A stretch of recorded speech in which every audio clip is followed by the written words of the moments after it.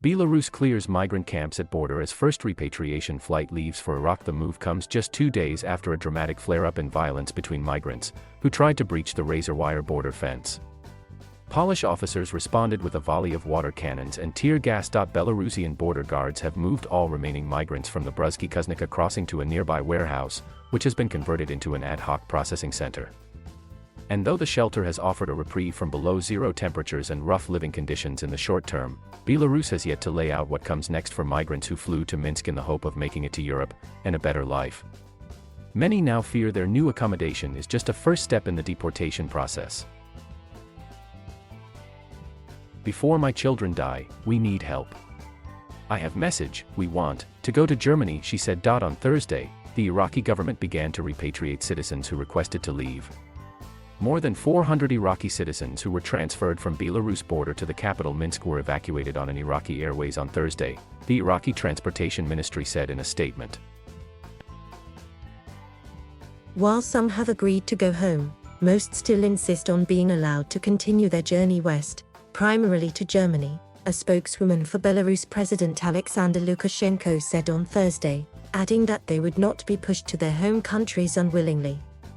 We will not be forcefully pushing anyone to Iraq, Syria, or other countries, Natalia Eastman said, according to the state news agency BLTA. Tensions mount in Europe. The EU has blamed Belarus for manufacturing the crisis on the bloc's eastern border, alleging that the government has opened the floodgates to people desperate to flee a region beleaguered by unemployment and instability. EU officials have called it a hybrid war, which they say is designed to punish Poland for taking in the president's political opponents and pressure the bloc into lifting sanctions on Belarus. This is a dramatic situation. We know that there are more than 600 women, more than 200 children, and to see how they suffer, it's very difficult for a normal human being. We are not interested in having this situation here in Belarus, he said. Makey laid the crisis at the EU's feet, saying the migrants had heard about the privileges neighboring EU countries had offered migrants from Belarus and believed that country was a comfortable route for them to get into the EU.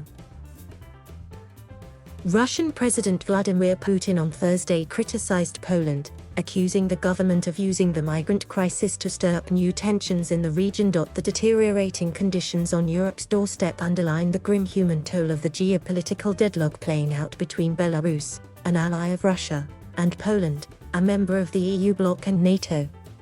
Neither side has been willing to back down, leaving migrants stuck in the middle.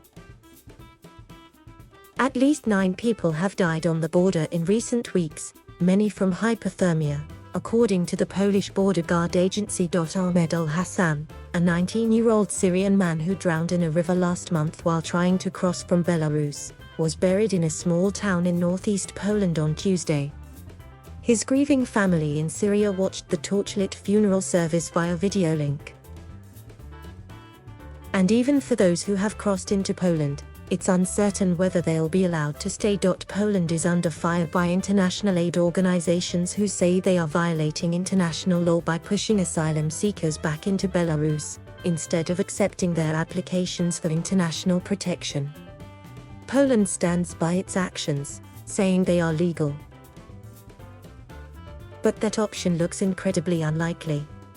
German Foreign Minister Heiko Maas said Monday evening Germany would not take in the migrants, and that the European Union's plan was for them to go back home. In their second phone call in almost as many days, German Chancellor Angela Merkel spoke with Lukashenko on Wednesday to underline the need to ensure humanitarian care and return opportunities for the people affected, with the support of the UN and in cooperation with the EU Commission. Earlier on Wednesday, European Commission President Ursula von der Leyen said the Commission would be mobilizing €700,000 to deliver food, blankets, hygiene and first aid kits to refugees at the Belarusian border. We are ready to do more. But the Belarusian regime must stop luring people and putting their lives at risk, von der Leyen said. Europe said Monday it would slap new sanctions on Belarus targeting everyone involved in exacerbating the border crisis. EU Foreign Affairs Chief Josep Borrell announced at a press conference in Brussels that the sanctions on people, airlines, travel agencies and everyone involved in this illegal push of migrants against our borders would be confirmed in the coming days.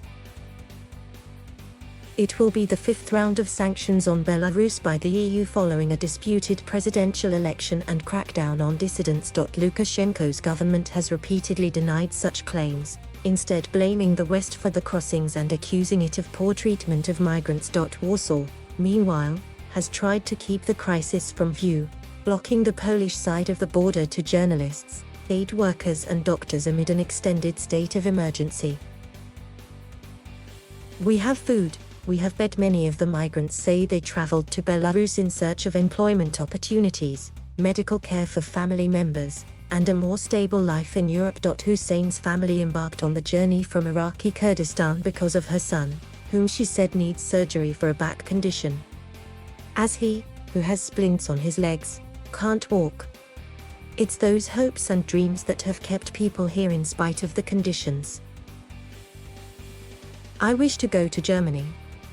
I think Germany has humanity, Hussein said. Thank you for watching.